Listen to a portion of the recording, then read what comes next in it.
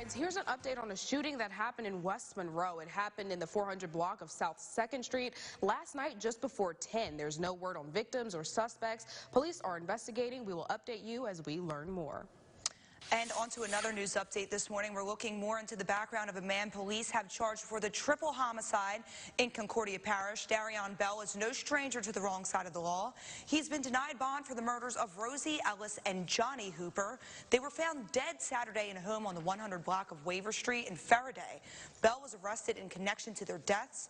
Bell is also charged with home invasion. His bond for that offense set at $40,000. We've learned that this isn't Bell's first brush with the law. In January of 2017, Bell took a plea deal for simple burglary, illegal possession of stolen things over $1,500, and theft of a firearm. In June of 2018, Bell pled guilty to simple battery and possession of marijuana. On November 13th, just 3 days before the murders, Bell was in court on a charge of second-degree battery. He was due back in court for this offense next December. Bell has been assigned a public defender. The investigation into the murders continues. Ouachita Parish Sheriff's deputies are putting out a call for a missing woman. Investigators say 43-year-old Sherry Mom was last seen on November 9th. She's 5'5", weighing about 105 pounds, and is frequently in the Balkanville and Calhoun area. If you have any information that can help deputies locate her, please call the Sheriff's Office at 318-329-1200. And new details this morning as officials continue to investigate a shooting outside an Oklahoma Walmart that left 3 people dead. The incident happened around 10 a.m. yesterday in Duncan. Officials say the gunman shot a woman and man and then shot himself. A woman and man were inside the Walmart at the Money Center prior to the shooting.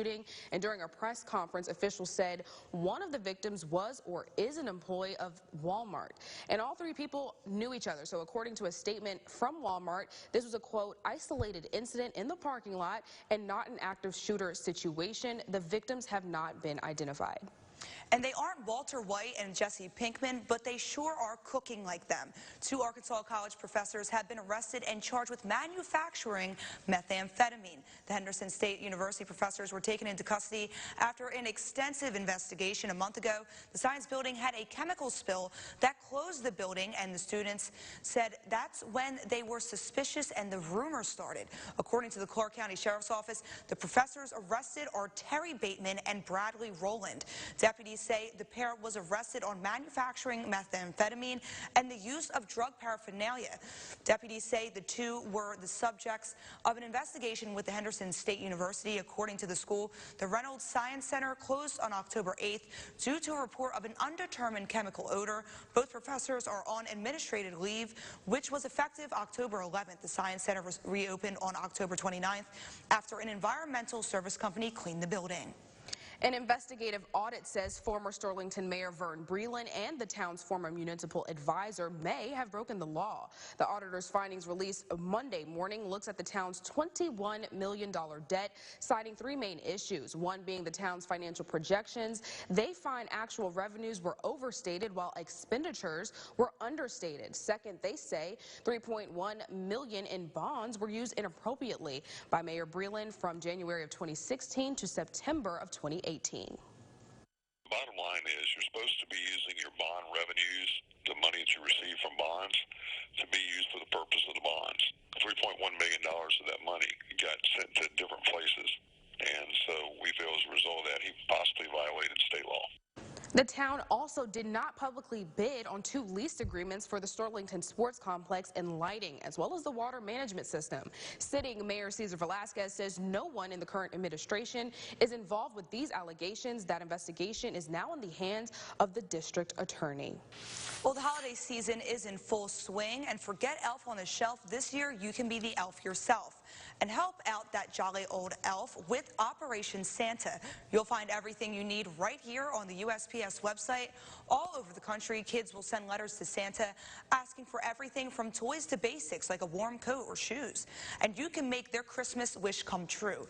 Starting this week, letters to Santa from low-income kids are available for adoption online. You can pick a letter from any city in the country, and it's tax deductible.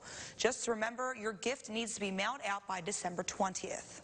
Another special guest from Washington, D.C. made a visit to Monroe. This time is the U.S. Capitol Christmas tree. That's right. Fox 14's Hunter Elise was at the festivities and has more on what guests got to enjoy.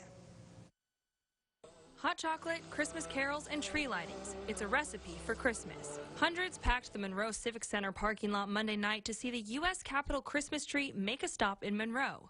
I am very excited. This is like my 5th, maybe 6th time coming to this event, and I'm just a kid at heart, and I am so excited. I think I'm more excited than my grandchildren. The tree is a 60-foot blue spruce and is coming from the Carson National Forest in New Mexico. So we have 30 scheduled whistle stops, and we travel the whole way from New Mexico all the way to Washington, D.C. Monroe's tree lighting put those who attended in the Christmas spirit just a few weeks before December. Just Christmas in general, it's just great. And how you get presents and it's Jesus' birthday, it's just all great and everything. And you got hot chocolate, you got family. Mayor Jamie Mayo started the countdown to light the Monroe tree that will stay at the Civic Center through the season. We've probably had one of our biggest crowds ever since I've been here as mayor of the city of Monroe. And so we're very excited about that and very excited to have them here in the city of Monroe. So we're Monroe proud. Once the U.S. Capitol tree makes its way through the rest of the cities, it will be on the west lawn of the Capitol building on November 25th. In Monroe, Hunter Elise, Fox 14 News.